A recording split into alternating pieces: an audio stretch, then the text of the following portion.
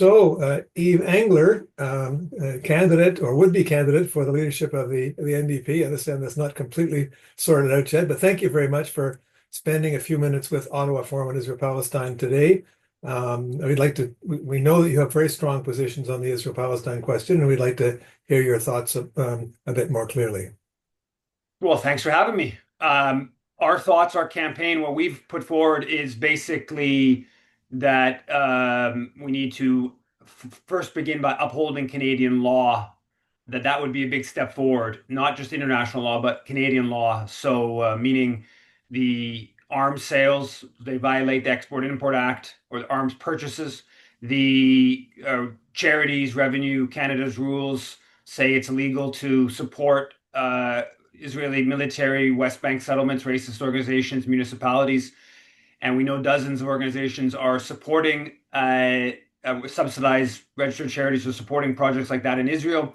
Also, there are institutions in this country that are inducing Canadians to join the Israeli military in violation of the Foreign Enlistment Act. A school in Toronto where a quarter of the students, graduates, are joining the Israeli military.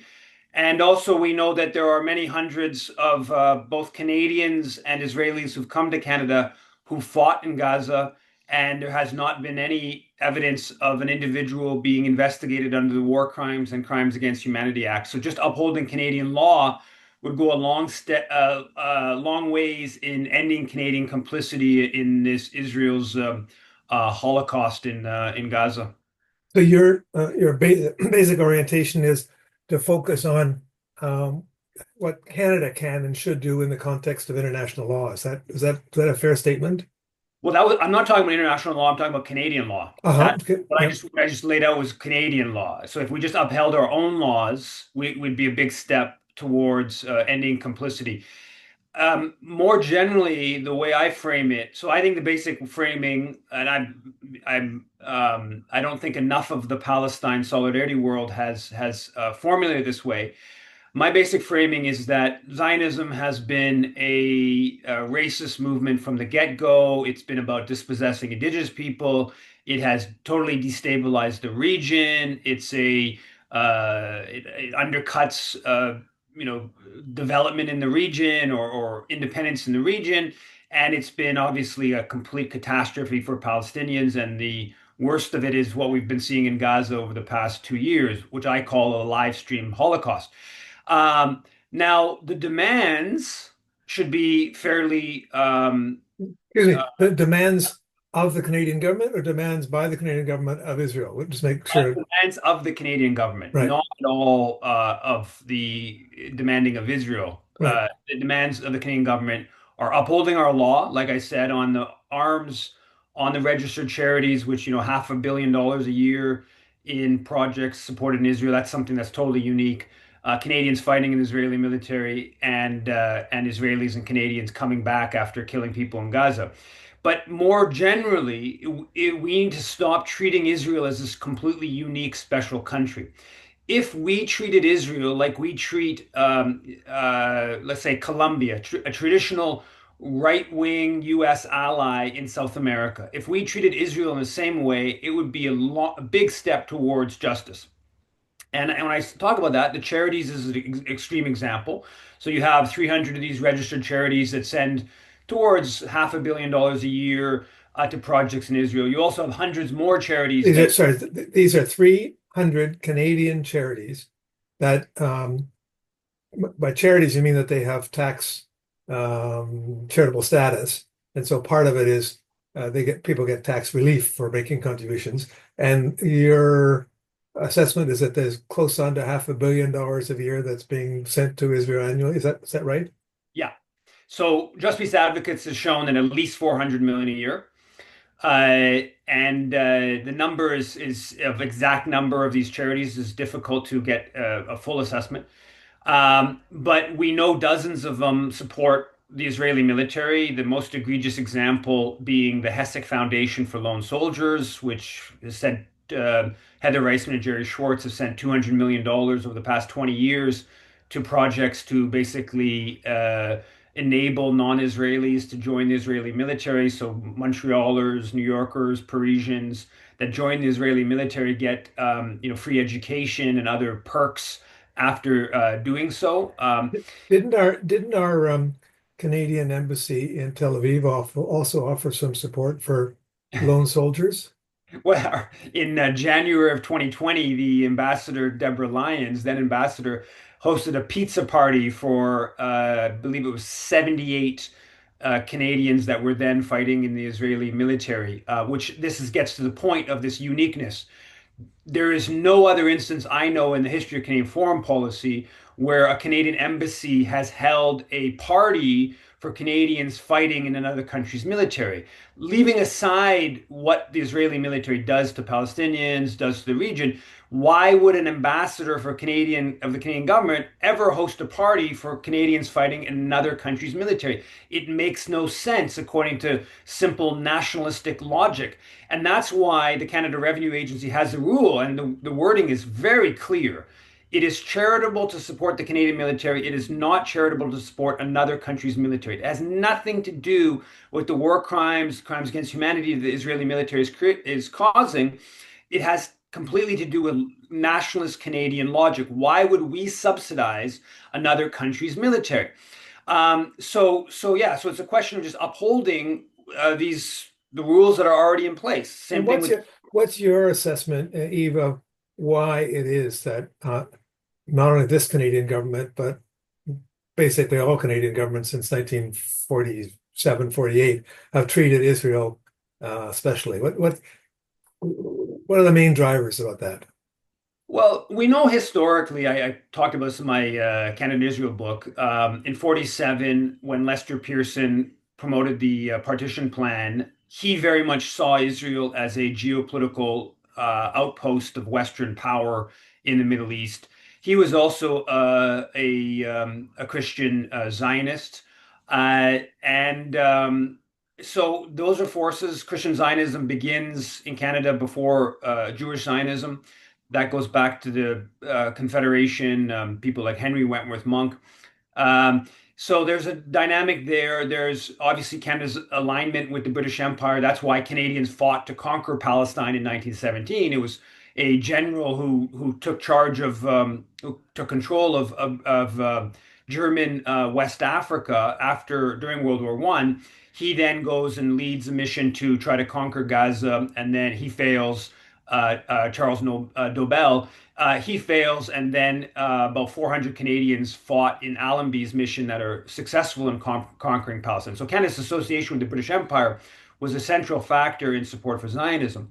You said something there that I've heard you say before, but I think will be surprising and shocking to most of my viewers, and that is that Lester Pearson was a Christian Zionist. Without going too far into that, can you put a line or two of substantiation for that, which I think most people would find quite upsetting? Well, he said it. He said it openly in his memoirs. He talks about how at Sunday school he learned about a so-called Jewish return, and he has this line that I've quoted in a number of places about how he knew more about the geography of Palestine than he knew about Ontario or Canada. He says that because of his Sunday school lessons.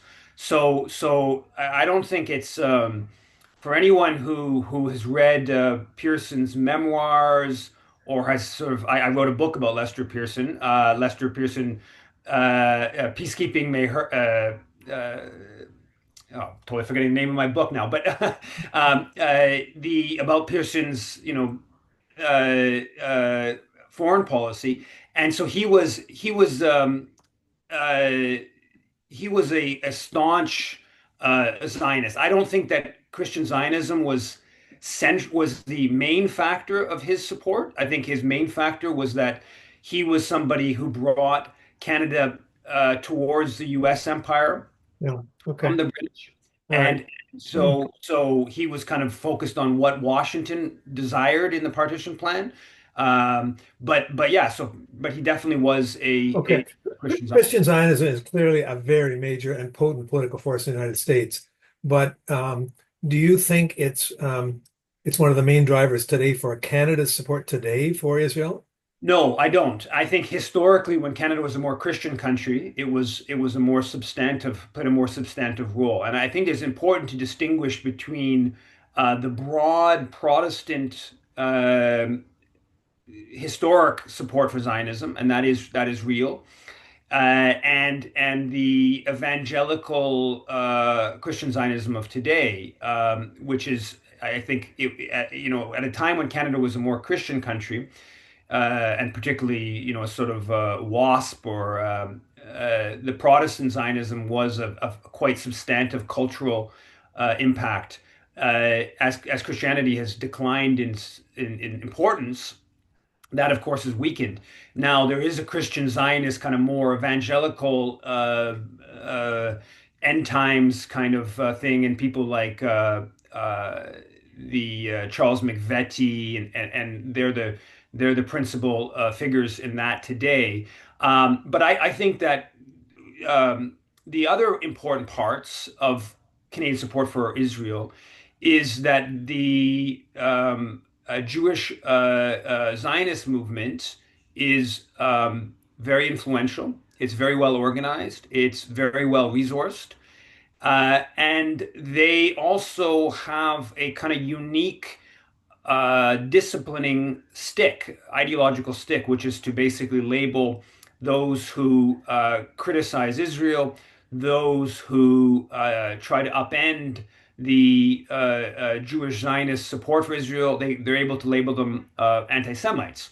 And that's a quite powerful disciplining stick, and it's officialized in that the Deborah Lyons, who was the Canadian ambassador who hosted the Canadians fighting the Israeli military. She then became the special envoy to promote apartheid, and then it became special envoy to promote genocide in Gaza. I mean, they call it something different, of course, but that was effectively what she did.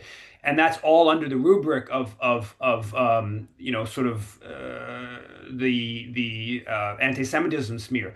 So if you bring it together, you got, I think, the main factors. You have empire, geopolitical control. You have Christian Zionism. You have settler solidarity, European settler solidarity. So some connection between Canada as a European settler state and Palestine, and the Zionist movement. You have anti-Muslim sentiment. You have Jewish Zionist campaigning and organizational structure, and then you have the anti-Semitism stick. You put that all together, I think that's what explains. You haven't mentioned either direct U.S. pressure or fear of U.S. pressure in terms of shaping our foreign policy on this issue. Do you not think that's a significant factor? I put that under the rubric of geopolitical I control see. of the Middle East, and Right. there's no doubt that's a factor that plays out, repeatedly throughout the history of Canada's support Okay. for So for these orientations that you're putting forward, are they uh, first of all significantly at variance with current NDP policy? Are you basically calling for NDP to apply its own policy, or are you calling for a change in NDP policy? We're calling for not we're calling for a deepening of the thrust of where NDP's been going in the past 2 years. The NDP has been historically very supportive of Zionism and quite anti-Palestinian. That's broken down over the past 20 or so years, and then over the past 4 or 5 years, it's sort of broken down more, and then over the past 18 months, 2 years, it's you know completely broken down. Now, everybody in officialdom of the NDP is basically critical of Israel. They often use the word genocide. What they don't do is they don't go very far. They're going further, and we've had that impact already within the race, but they don't go very far in upending Canada's unique relationship support for Israel. So what we are putting forward is, we're calling for the anti-Palestinian terrorism list to be rescinded.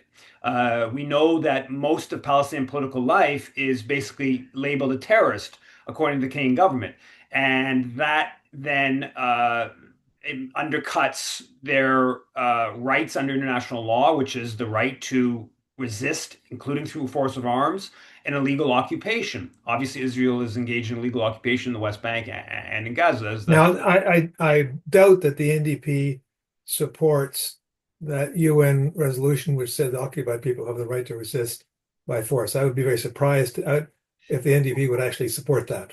They don't. No, I agree, and they don't support even the step before that, which is to say Canada should stop criminalizing Palestinians who are just simply upholding their rights under international law. And so yeah, call it challenging the terrorism list is a step forward. Terrorism list is the list that puts Hamas generally for individuals or describing Hamas as a terrorist organization, or is it both?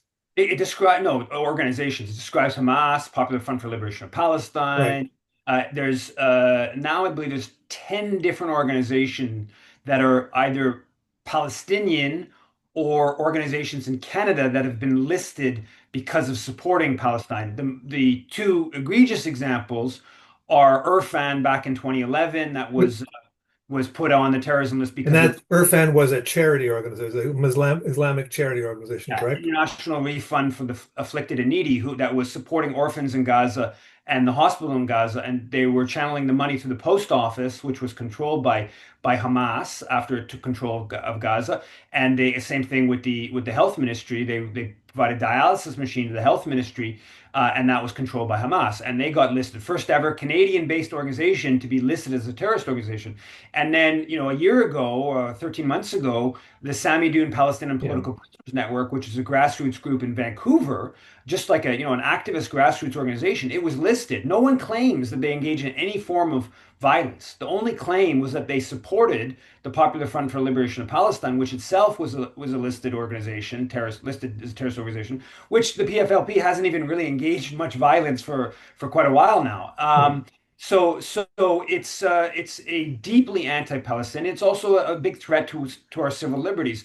And it's not just this is a position of the International Civil Liberties Monitoring Group, which has called for the terrorism list to be gotten rid of going back to the early 2000s, and that's a group of a bunch of different NGOs and unions. And so it's not exactly a marginal demand, but it's not something that is in our parliamentary system. No Right. party is raising that question, but it's quite important to Canada's contribution to Palestinian dispossession. Most of the world does not consider Hamas a terrorist organization, Mhm. or those other, or the PFLP, or other Palestinian organizations. Another issue that we've raised that's not being raised by others is the question of Operation Proteus, which is basically Canada building up a Palestinian security force in the West Bank to oversee the occupation. That's a major part of Canadian aid to the Palestinians over the past 20 years has been to basically build up a force to enable Israel to control the West Bank. And now we're seeing a Yeah, decent. just a minute. I'm not, that's not the way it's officially presented. It's presented as a way of helping the Palestinians develop the necessary tools to have their state, right? Yeah. You're leaping a couple of hurdles there. Well, I'm leaving a couple of hurdles, but it's not. And I don't think this is up for dispute. I mean, as the PA attacks during the genocide in Gaza, they devoted significant resources to crushing resistance.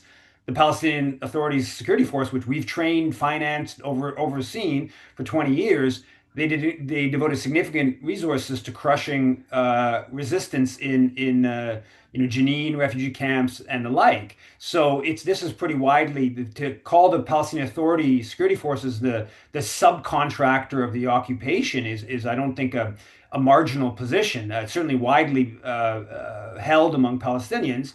And it's been stated openly by those engaged in it. And Canada basically works with the U.S. security coordinator and has been doing that for 20 years. It flows out of trying to destroy the Palestinian Unity government and to isolate Hamas after they won the legislative elections.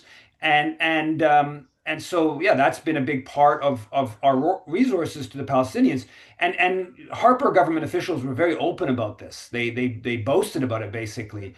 And we have the internal documents from the former head of the Canadian International Development Agency, Margaret Biggs, where she said it was the Israelis pressuring Canada to keep funding and supporting the security reform because it was helpful to suppress protests. So this shouldn't be controversial. I agree it's not widely discussed, including in Palestine solidarity world, but it's Okay. pretty easy All right. Okay. document. In view of our limited time, I want to bring back the discussion onto the NDP, your candidacy, and so on and so forth. First of all, your current situation is you've raised your hand. You said you want to be a candidate for the leadership. You're collecting money. You've got signatures. But at the moment, if I understand, the NDP is still trying to decide if they're going to allow you to be a candidate. Is there hesitation there related to your position on Israel-Palestine, or is that a more general objection you think that they have towards you and your candidacy? Yeah, well, first thing to say, we have raised over $100,000. We far surpassed the signatures you mentioned, done dozens of events.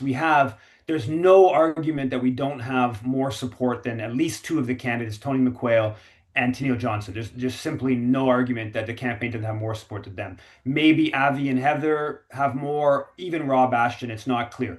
Now, no doubt, within 24 hours of announcing my candidacy, a whole bunch of genocide advocates were saying the NDP has to block me from participating in the race. They were, When you say genocide advocates, I'm sure that's probably you're probably talking about CJ or Brith or whatever. Is that what? people like Mayor Weinstein, from former head of the JDL, Jewish Defense League, people like Levy, the mayor of Hampstead, a number of other, a conservative cabinet or a conservative MP.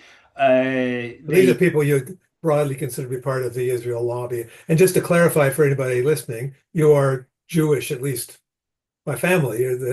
No, no, I'm not Jewish. I'm atheist. My background's actually my parents' background is Catholic, but Oh, okay. So I'm there you not. go. So I've learned something. All But right. the no, but the people when I say genocide advocates, I'm saying people who are been backing what Israel's doing in Gaza, which I think is Right. makes them genocide advocates. But yeah, but so I would say that the central issue of concern for the NDP in the vetting process is a concern that there will be a huge campaign by CJA. B'nai B'rith already came out quickly 2 weeks after I announced, and they actually didn't go after me from the anti-Semitism angle, the Palestine angle. They claimed that I was a Rwanda genocide denier. So all of a sudden, B'nai B'rith decided they really cared about Rwanda, and I wrote a book, Canada and Africa, 300 Years of Aid and Exploitation. I won't get into the details of what their claims are, but so they decided to go that angle, which I think in of itself is quite informative because they understand, I think, that there's a kind of weakening of the smear among left world has kind of weakened. And so to just call me an anti-Semite, B'nai B'rith would kind of just be actually reinforcing the campaign to a certain extent,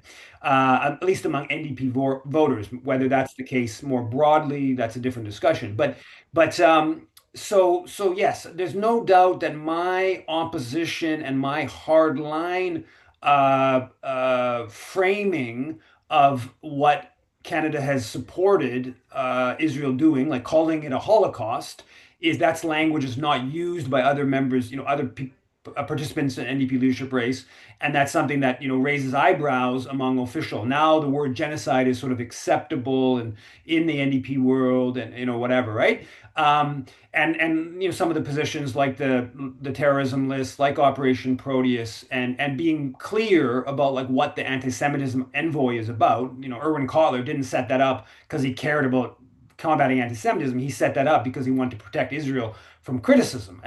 So if I get your drift, you think that the party is concerned that even allowing you to be a candidate will be used against them by the lobby or by the pro-Israel forces. They probably have other reasons to not like you either, but that would be one of their Jeremy Corbyn kind of line of attack. Is that what you think? I'm certain that that's a factor. How big a factor we can Okay. discuss that. I think that to play that out concretely, I think what would happen if they let me in the race. I think there's going to be some effort to draw in NDP leaders, the premiers, be it Wab Kinew in Manitoba or David Eby in BC, and they'll go to him and say, "What's your opinion of Yves Engler's position?" And that will be one of the ways, or Nenshi in Alberta. That would be one of the ways of trying to basically get the NDP into an internal fight over this matter. I believe among members now, and we've seen it with all the leadership candidates now, there's kind of a race to be more pro-Palestine. Hmm. Heather McPherson, since this race started, she's come out and said under our pressure, saying that Canadians who fought in Gaza should be investigated and prosecuted under the War Crimes and Crimes Against Humanity Act.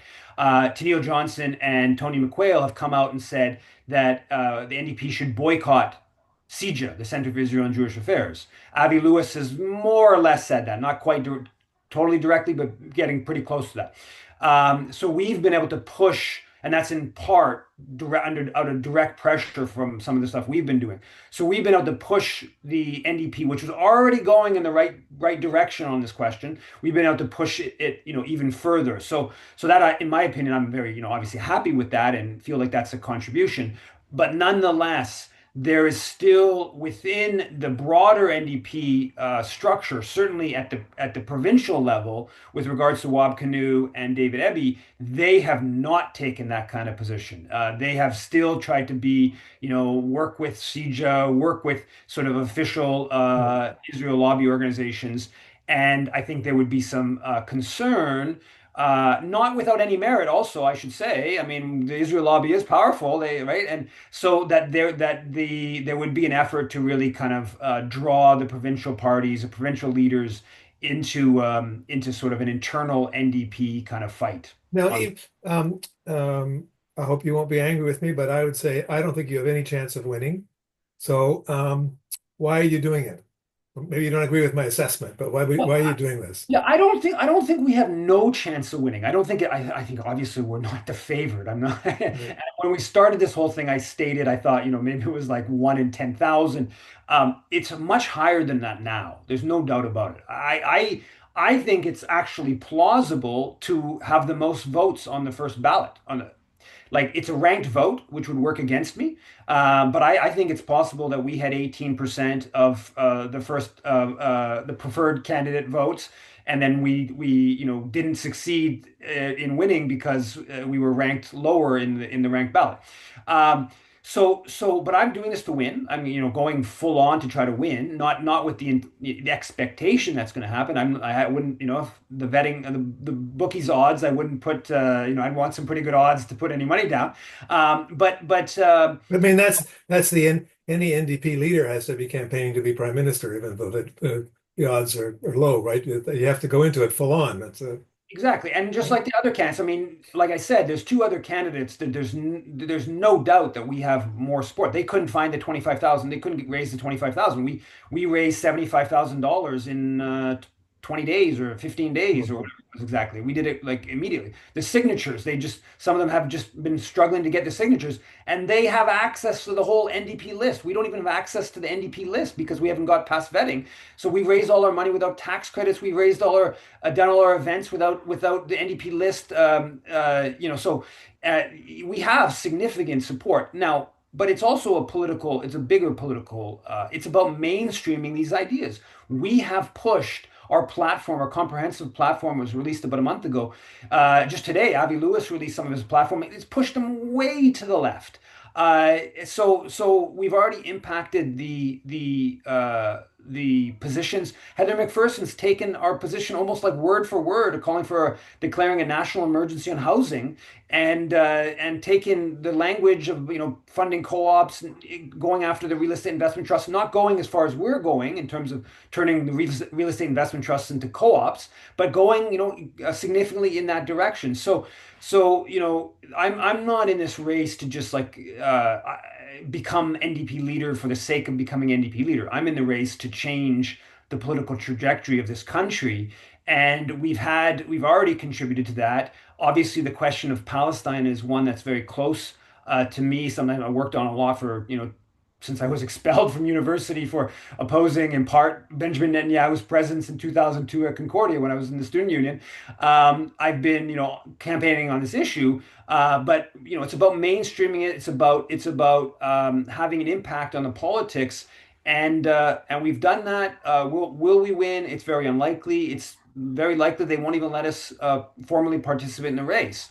Should that would be undemocratic. And anyone who stands up for ending Canadian complicity in apartheid and genocide should want us to be part of this race, just for the fact that it would push the discussion in a positive direction. Yves Engler, I think I share a lot of you. I think that Canada should be standing up, following its own laws and following international law, and we could be a lot more consequent than we are. And I think that to the extent that you can raise that issue, I think that's helpful. I wish you success in moving Canada in that direction, and we'll be following your campaign and see how things unfold. Thanks a lot, Peter. Thank you very much.